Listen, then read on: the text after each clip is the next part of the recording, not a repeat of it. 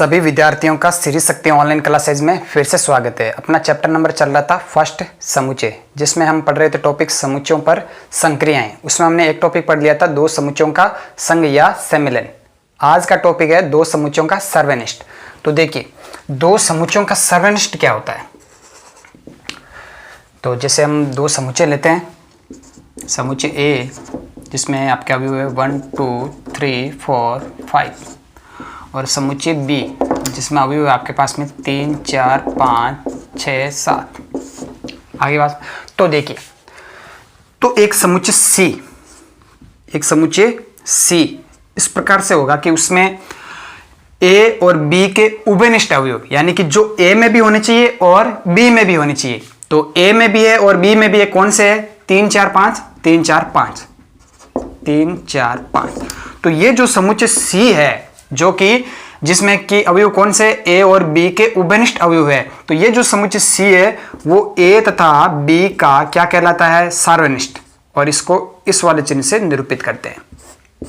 A intersection, क्या बोलते हैं इसको? इंटरसेक्शन। जैसे कल वाले टॉपिक में हमने पढ़ा था ए यूनियन बी, ये यूनियन यानी कि संघ को व्यक्त करता है, और ये उल्टा यू ये इंटरसेक्शन यानी कि ए सर्वनिष्ठ बी, यानी कि दो समुच्चय अगर आपके पास में है ए और बी, तो दोनों समुच्चयों में जो उभयनिष्ठ अवयव है वही अवयवों का समुच्चय क्या होगा? ए और बी का इंटरसेक्शन यानी ए और बी का संघ। आगे बात है, यानी कि ए और बी का सर्वनिष्ठ समुच्चय ऐसा समुच्चय होगा जिसमें ए और बी दोनों के उभयनिष्ठ अवयव सम्मिलित होते हैं। आगे बात सुनो, तो इसकी डेफिनेशन लिख लेते हैं।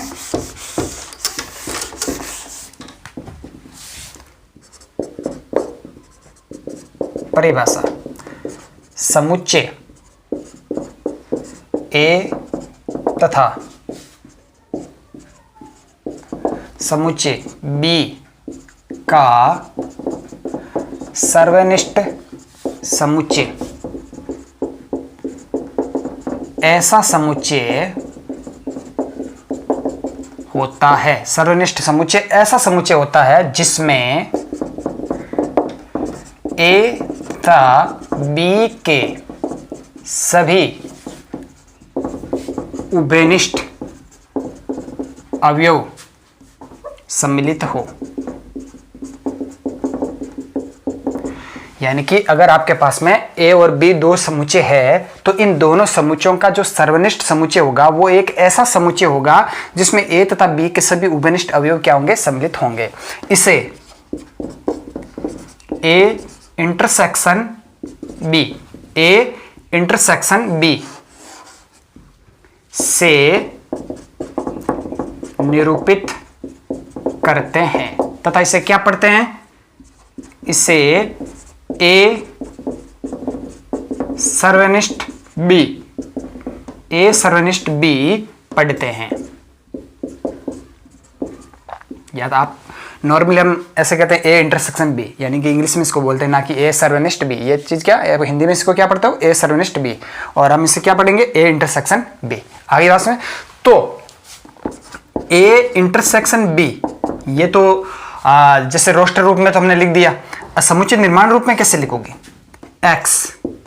आगे बात, जहां एक्स किसमें से बिलोंग करेगा? ए, और एक्स बिलोंग करेगा बी। देखिए यूनियन के अंदर हमने क्या लिखा था? ए यूनियन बी में एक्स, जहां एक्स बिलोंग्स टू ए या एक्स बिलोंग्स टू बी, यानी कि ए यूनियन बी एक ऐसा समुच्चय होगा जिसमें कि या तो वो जो अवयव है वो ए से बिलोंग करेगा, यानी ए यूनियन बी में जो अवयव है वो या तो ए से बिलोंग करेंगे या फिर बी से बिलोंग करेंगे, यानी ए और बी के सभी अवयवों को सम्मिलित रूप से लिखते हैं। आगे बात सुन, लेकिन इंटरसेक्शन में सर्वनिष्ठ में हम क्या लिखेंगे? ए इंटरसेक्शन बी, यानी एक्स। ये एक्स क्या होगा?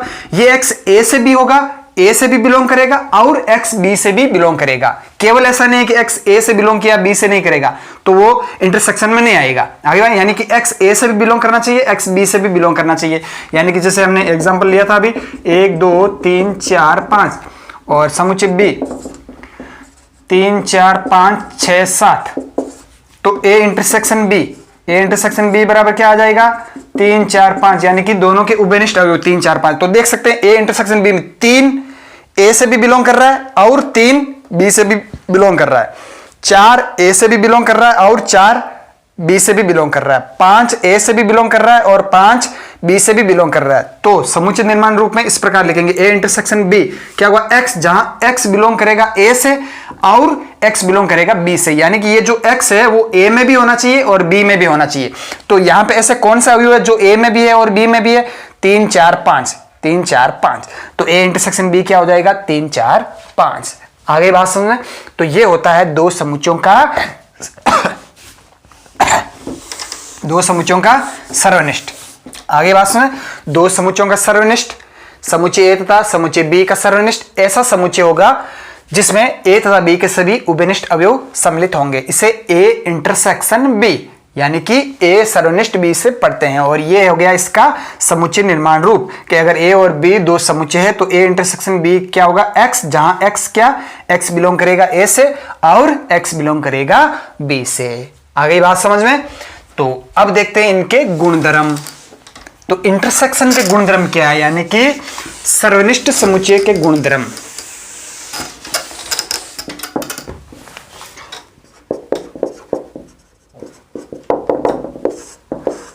पहला गुणधर्म, समुच्चय ए का खाली समुच्चय के साथ में इंटरसेक्शन कराओगे तो क्या आएगा? खाली समुच्चय के साथ में इंटरसेक्शन कराओगे तो क्या आएगा? तो देखिए, जैसा समुच्चय ए है 1 2 3 और समुच्चय बी जो कि क्या है आपका खाली समुच्चय, इसको आप क्या लिख सकते हो? फाई भी कह सकते हो, यानी ए और फाई। फाई क्या है आपका? खाली समुच्चय। तो ए इंटरसेक्शन बी, बी यानी कि जो कि खाली समुच्चय। तो इंटरसेक्शन का मतलब क्या है? जो दोनों में उभयनिष्ठ होने चाहिए।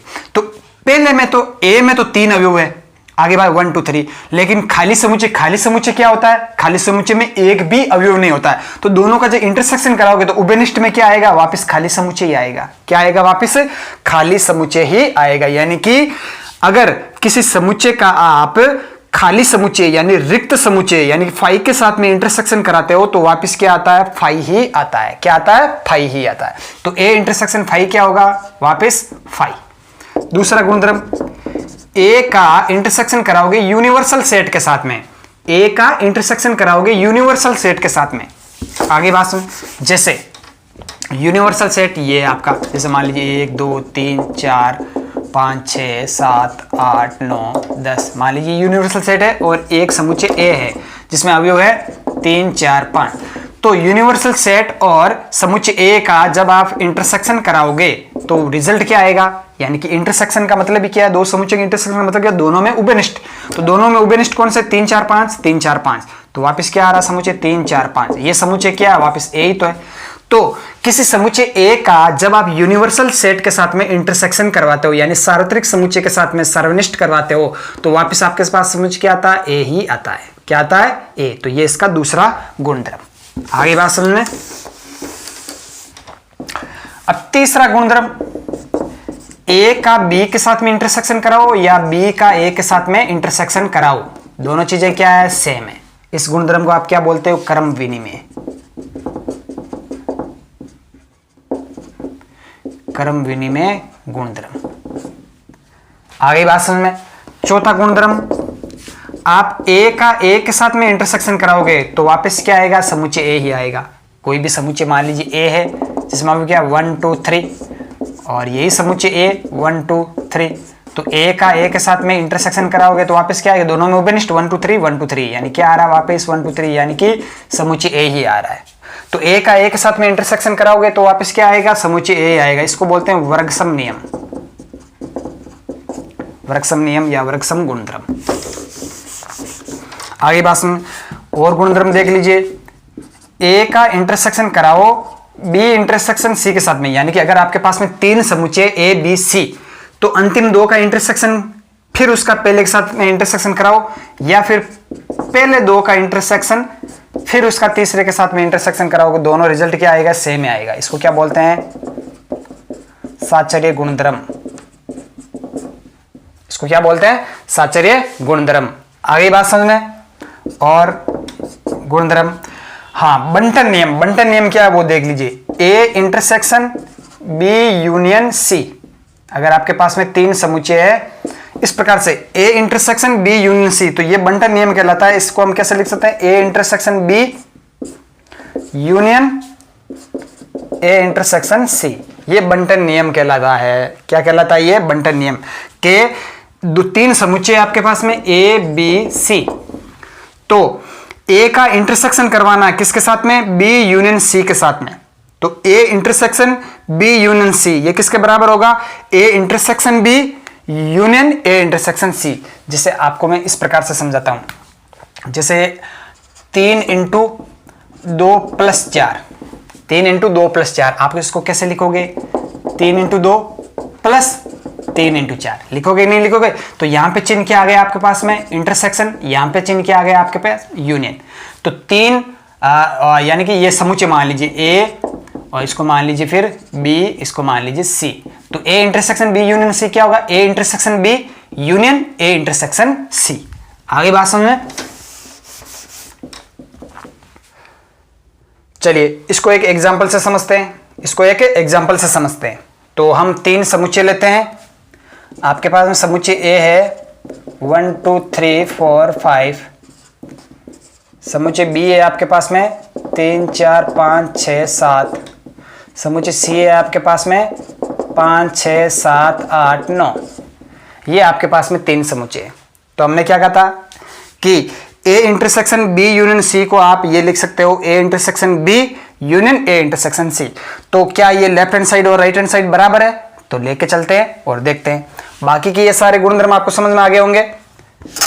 छठा जो गुणधर्म है उसको हम इस एग्जांपल से सिद्ध कर देते हैं। तो देखिए लेफ्ट हैंड साइड में क्या है? लेफ्ट हैंड साइड क्या है आपकी? A intersection B union C. तो अब देखिए बी यूनियन सी, ए क्या है आपके पास में? ए समुच्चय ये रहा आपके पास में। तो बी यूनियन सी क्या होगा वो निकाल लीजिए पहले। बी यूनियन सी, तो बी यूनियन सी आपके पास में क्या आएगा? यूनियन करवाना है, यानी कि जिसमें बी के और सी के दोनों हुए। तो 3 4 5 6 7 8 9, ये आपके पास में आ गया क्या? B union C. B union C आ गया। अब आपके पास में क्या चाहिए? ए आपके पास में पड़ा है 1 2 3 4 5। आगे बात में अब करवाना क्या है? इस समुच्चय ए का बी यूनियन सी के साथ में इंटरसेक्शन करवाना है, यानी ए का इंटरसेक्शन करवाना है बी यूनियन सी। तो ये आपके पास में रहा समुच्चय ए, ये रहा आपके पास में समुच्चय बी यूनियन सी। तो ए और बी यूनियन सी का क्या करवाना है? आपको इंटरसेक्शन करवाना है। तो इंटरसेक्शन यानी दोनों में जो उभयनिष्ठ होगा वही तो क्या होता है? इंटरसेक्शन।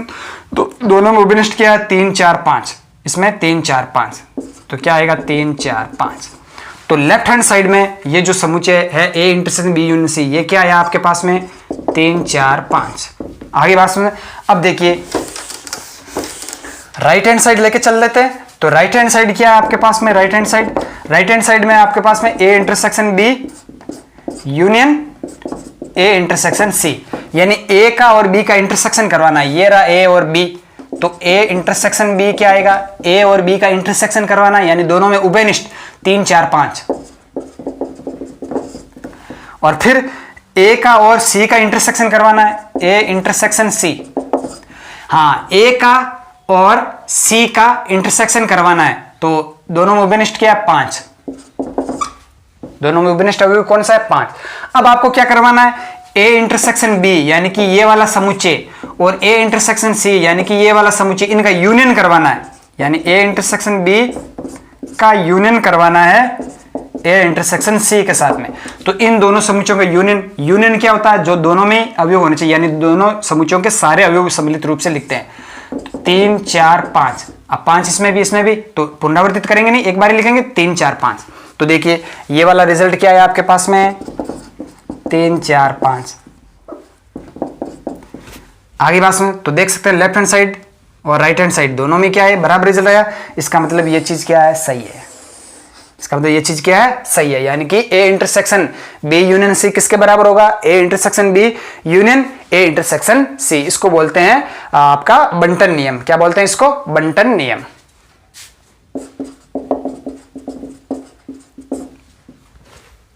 आगे बात समझ में।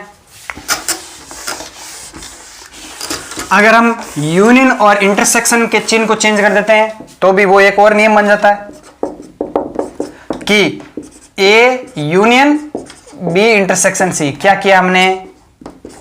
इंटरसेक्शन और यूनियन को आपस में चेंज कर दिया। तो यहां पर भी कौन सा बंटन नियम काम करता है, तो क्या होगा ये A union B intersection A union C. आगे बात समझ, क्या किया, इंटरसेक्शन और यूनियन को चेंज कर दो चिन्ह को, तो यहां पर भी चिन्ह चेंज हो जाएंगे, यहां पे यूनियन आ जाएगा, यहां पे यूनियन, यहां पे इंटरसेक्शन, ये चीज। तो इसको भी आप एग्जांपल से लेके देख सकते हो। ये भी क्या आएगा, बिल्कुल राइट हैंड साइड और लेफ्ट हैंड साइड, लेफ्ट और राइट दोनों साइड क्या आएगी, बराबर आएगी। तो इसको भी एग्जांपल से देख सकते हो आप। 1 2 3 4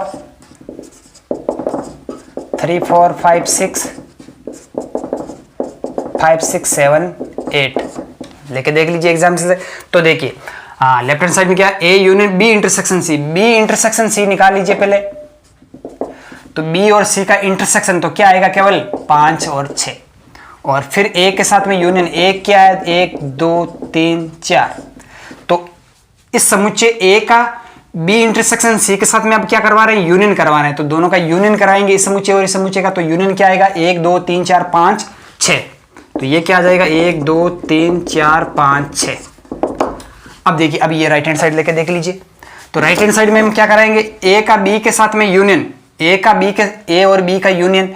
तो ए यूनियन बी क्या आएगा, यूनियन में दोनों के सारे अवयव आएंगे। तो 1 2 3 4 5 6। और ए का सी के साथ में यूनियन, ए और सी का यूनियन। तो 1 2 3 4 5 6 7 8। 1 2 3 4 5 6 7 8। अब क्या करवाना है, दोनों का इंटरसेक्शन कराना है, ए यूनियन बी और ए यूनियन सी का इंटरसेक्शन। तो दोनों का इंटरसेक्शन करवाएंगे, यानी इन दोनों समुच्चयों का इंटरसेक्शन करवाना है। इंटरसेक्शन यानी कि जो दोनों में उभयनिष्ठ है। तो दोनों में उभयनिष्ठ कौन से, 1 2 3 4 5 6, 1 2 3 4 5 6, 1 2 3 4 5 6। तो ये आ गया आपकी राइट हैंड साइड में भी क्या है, 1 2 3 4 5 6। देख सकते हैं ये वाली चीज, ये वाली चीज दोनों आपस में क्या है, बराबर। तो एक ये भी चीज आगे बात सुने। तो बंटन नियम यानी कि ए इंटरसेक्शन, अगर तीन समुच्चय आपके पास में ए बी सी, तो A intersection B union C किसके बराबर होगा, A intersection B union A intersection C. A union B intersection C किसके बराबर होगा, A union B intersection A union C. आगे बात सुने। तो यह है समुच्चय का गुणधर्म नंबर 2 कि समुच्चयों का सर्वनिष्ठ क्या होता है और उसके गुणधर्म। क्लियर है।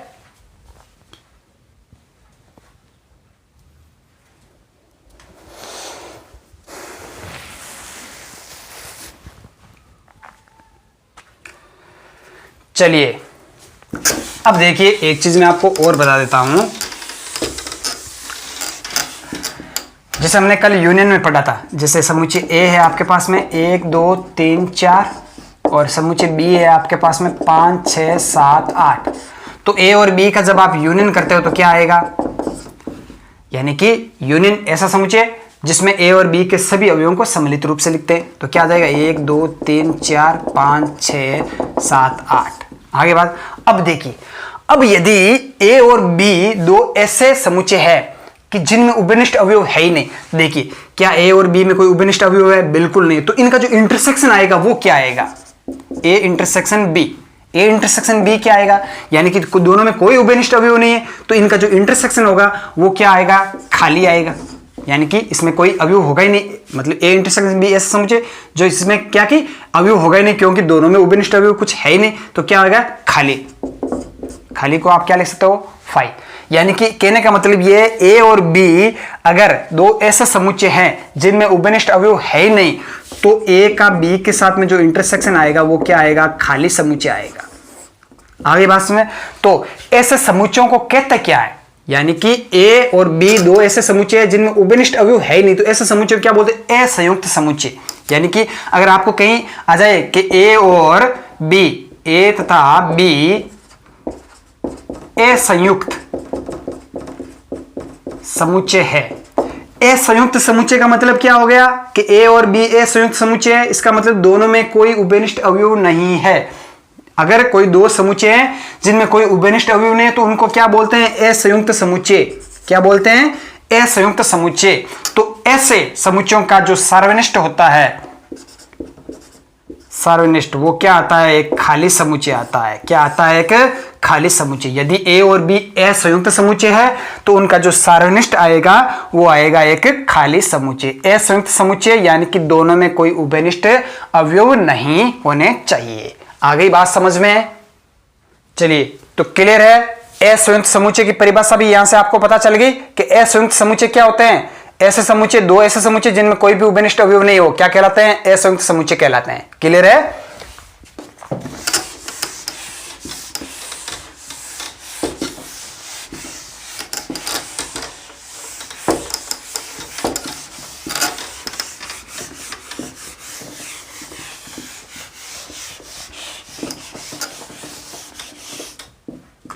अगला टॉपिक देखिए,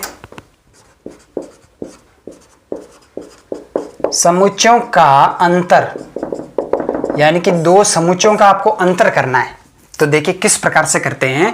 सिंपल है बहुत ही। ए समुच्चय आपको दे रखा है 1 2 3 4 5 और समुच्चय बी आपको दे रखा है 4 5 6 7 8। आगे बात, तो दो समुच्चयों का अंतर का मतलब ए का बी से अंतर या बी का ए से अंतर। आगे बात है, यानी कि या तो ए माइनस बी, इसी को बोलते हैं अंतर, या फिर बी माइनस ए। आगे बात, तो अब देखिए अगर आपके पास में दो समुच्चय दे रखे हैं, एक समुच्चय ए दे रखा है, एक समुच्चय बी दे रखा है, इनमें अवयव दे रखे हैं, तो ए और बी का अंतर, आगे बात में ए से बी का अंतर, इसको क्या बोलते हैं? ए से बी का अंतर, इसको बोलते हैं बी से ए का अंतर। तो ए से बी का अंतर, ये समुच्चय क्या आएगा? देखिए, तो ए से बी का अंतर एक ऐसा समुच्चय होगा जिसमें ए के अवयव होने चाहिए लेकिन बी के नहीं होने चाहिए, ए के अवयव होने चाहिए लेकिन बी के अवयव नहीं होने चाहिए। तो देखिए इस समुच्चय में कौन से अवयव आएंगे? जो अवयव ए में होने चाहिए लेकिन बी में नहीं होने चाहिए। तो ए में अवयव कौन से हैं जो बी में नहीं है? 1 2 3, इतना ही। अब आप कहोगे कि सर 4 और 5 भी तो है ए में, तो परिभाषा क्या है? ए से बी का अंतर, यानी कि ऐसा समुच्चय जिसमें केवल ए के अवयव होने चाहिए, बी का कोई भी अवयव नहीं होना चाहिए। तो यहां पे देखिए 4 और 5 बी के भी अवयव है। 4 और 5 क्या है? बी के भी अवयव है। तो ए का बी से अंतर केवल क्या आएगा? 1 2 3, यानी कि केवल वह अवयव जो ए में है लेकिन बी में नहीं है। तो क्या आएगा? 1 2 3। अगर आपको कहें बी का ए से अंतर, तो सिर्फ बी में होने चाहिए, ए में नहीं होने चाहिए। तो सिर्फ बी में 6 7 8 और 4 और 5 इसमें है, लेकिन 4 और 5 ए में भी तो है, तो ये अवयव हम नहीं लेंगे। केवल कौन से? जो कि बी में है लेकिन ए में नहीं होने चाहिए। आगे बात है, तो इसकी पढ़ते हैं परिभाषा क्या है। तो परिभाषा, समुच्चय ए तथा समुच्चय बी का अंतर। अब देखिए यहां पे कौन सा ले रहे हैं हम? समुच्चय ए तथा समुच्चय बी का अंतर, यानी कि ए से बी का अंतर ले रहे हैं, ए माइनस बी। आगे बात, तो इसको आप कोष्टक में लिख दीजिए, ए से बी का अंतर। तो समुच्चय ए तथा समुच्चय बी का अंतर एक ऐसा समुच्चय होता है जिसमें केवल ए के अवयव सम्मिलित होते हैं तथा बी के अवयव सम्मिलित नहीं होते हैं। आगे बात समझ में? तो आप इसको ऐसे भी, भाई ए और बी का अंतर, तो ए का बी, ए माइनस बी और बी माइनस ए भी कर सकते हो, लेकिन डेफिनेशन में हम कोई एक चीज लिखेंगे ना कि समुच्चय ए का, समुच्चय ए तथा बी का, यानी कि ए से बी का अंतर क्या होगा? एक ऐसा समुच्चय होता है जिसमें केवल ए के अवयव सम्मिलित होते हैं तथा बी के अवयव सम्मिलित नहीं होते हैं। तथा इसे किससे निरूपित करते हैं? तथा इसे ए माइनस बी से निरूपित करते हैं। आगे बात सुने। अब समुच्चय निर्माण रूप में कैसे लिखेंगे? a माइनस बी, यानी कि a से b का अंतर। आगे बात समझ में? तो a माइनस बी क्या आएगा? x, जहां x बिलोंग करेगा a से तथा x बिलोंग नहीं करेगा b से। हमने क्या कहा था? केवल ये जो समुच्चय a माइनस बी में ये जो अवयव है x, ये केवल a से बिलोंग करेगा तथा b से बिलोंग नहीं करेगा। तो इसका एग्जाम्पल भी हमने पढ़ा था। आगे बात समझ, तो इसको समुच्चय निर्माण रूप में इस प्रकार से लिखते हैं। क्लियर है? तो ये है दो समुच्चयों का अंतर। आगे बात समझ में क्लियर हो गया? a माइनस बी, इसका मतलब क्या है? a का b से, सॉरी a से b का अंतर, a माइनस बी, a से b का अंतर, और b माइनस ए को क्या बोलते हैं?